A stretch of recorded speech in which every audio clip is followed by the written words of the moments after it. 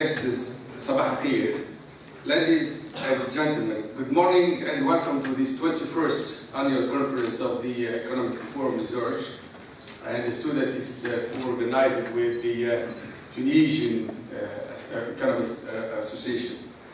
I wanted to start by expressing my deepest condolences to the families and the victims of the horrible terror perpetrated a couple of days ago.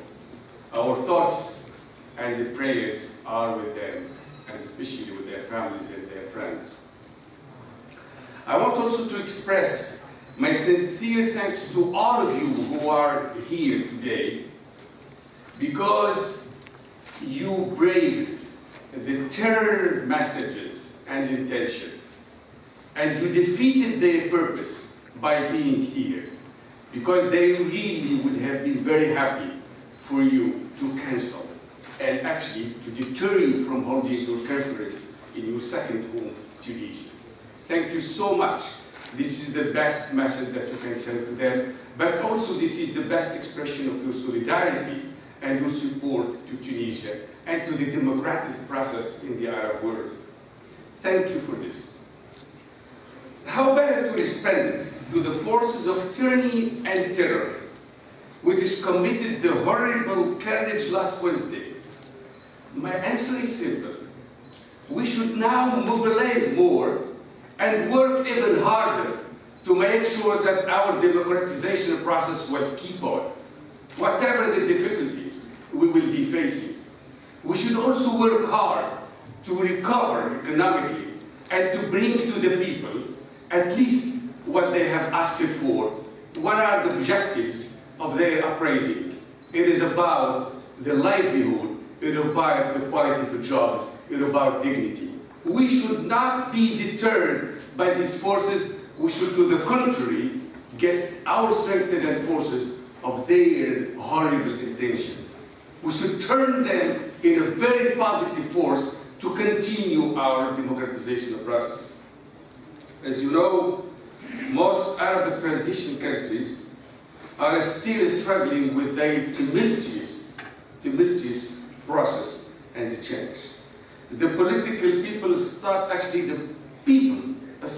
losing hope because this transition took too much time, while their demands are still not yet met.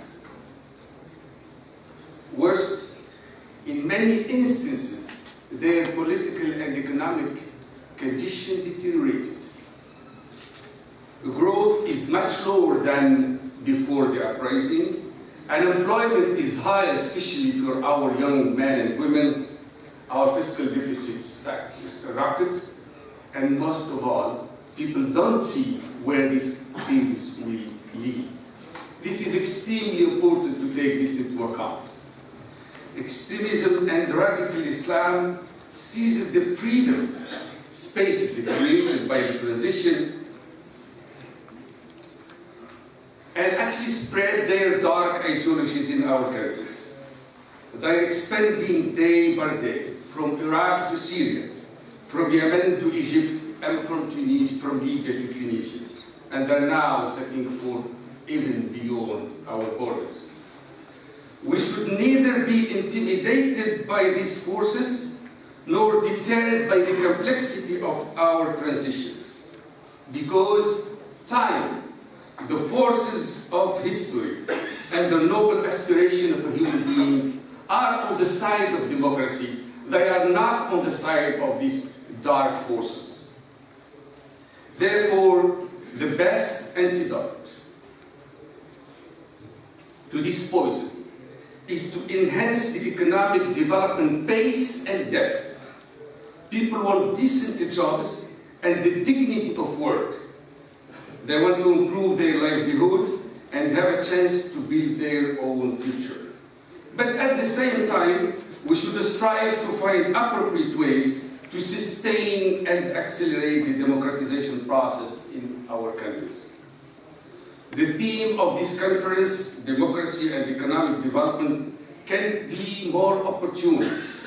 More importantly, given our recent experience in the Arab transition countries, The question, actually, Ahmed mentioned and alluded to it, for us is not much which, precondition which. Is it democracy and development, or development and then democracy? But for us, it's about understanding the intricacies of the starting point of a democratization process. In other words, what seems to be critical for us today is how to better manage and navigate our transitions. We don't have the tools and we don't have the experience. We kind of navigating, we are trying to do our best, but yet we need to really to get the right tools and the right knowledge to better manage this transition. For many reasons, some of the difficulties are specific to Arab countries, such as political Islam, lack of democratic culture, low political maturity of political actors, weak civil society, at least in some of the countries.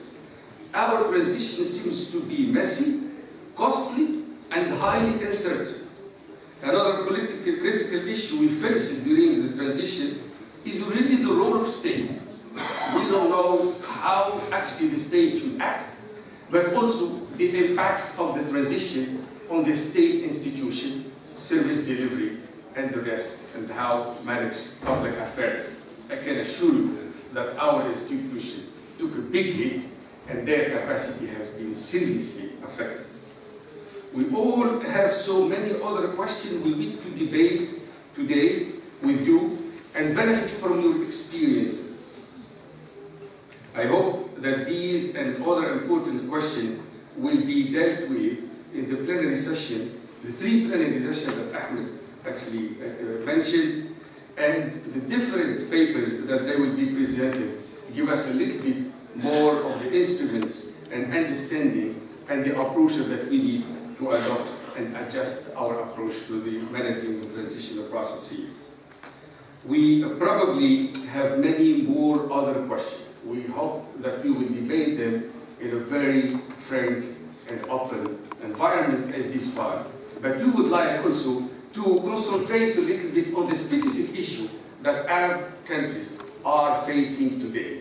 This is extremely important for us, but sometimes we are muddling through, and as Ahmed mentioned, where is this going actually to end, and how to better adjust and correct the trajectory of our transition. We will be very attentive and eager to learn and to draw some of the lessons that you would like to share with us, which would help us in a way better manage our processes, but also not to forget that people are waiting not only for the results of the democratization process, but they want their living condition to improve now and here. I would like to thank you again for being here, for inviting us, and I wish you a very productive and successful conference. Thank you for your attention.